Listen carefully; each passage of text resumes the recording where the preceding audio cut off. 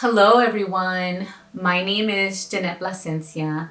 I identify as a Latina, a first generation US citizen, and like many of you will be, a first generation college graduate. I work for AnitaB.org, a nonprofit that focuses on gender equity in tech.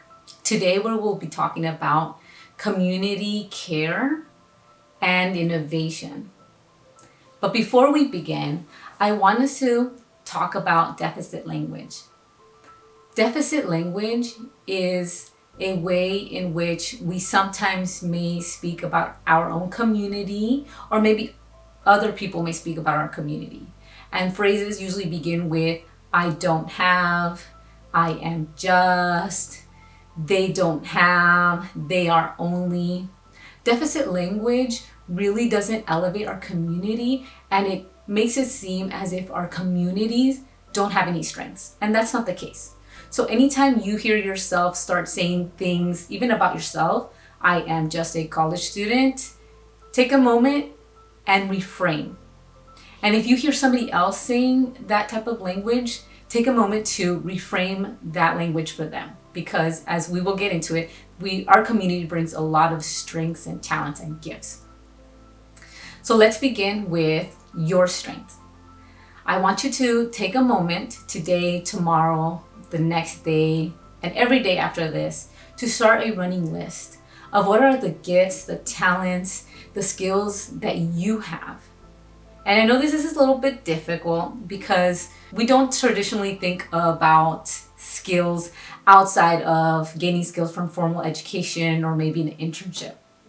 And also in our community, talking about strengths is a little bit like gloating, or at least it can feel like it.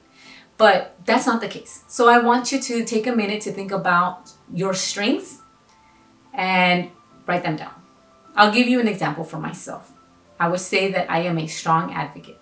And this comes from the fact that from the age of 7 up until now, I've had to interpret for my mom in many different spaces, whether those are medical appointments, whether those are school meetings, whether those are any documents that came through the mail.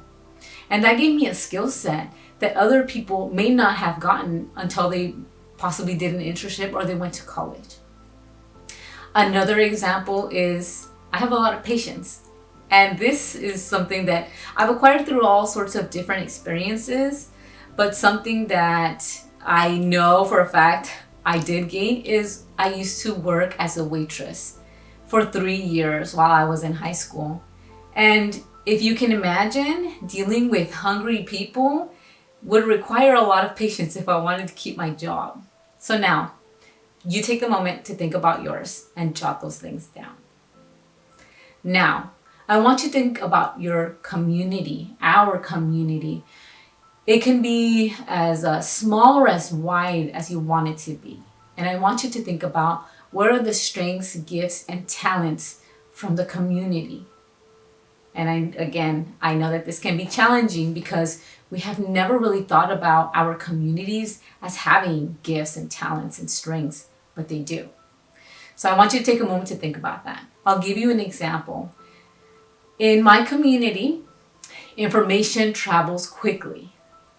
People know each other's business. So if somebody is getting a divorce, then everybody knows by the next day. And while that may seem a little bit like chisme culture or gossip culture, I choose to think of it as an environment where information can flow rather quickly. And there are a lot of well-meaning nonprofits who are not inside the community, and they're just not able to access the community and provide information that may be a resource because they just are not tapped in. But our community, right? Tias, tios, they're very well connected. And so that's a great way for information to flow.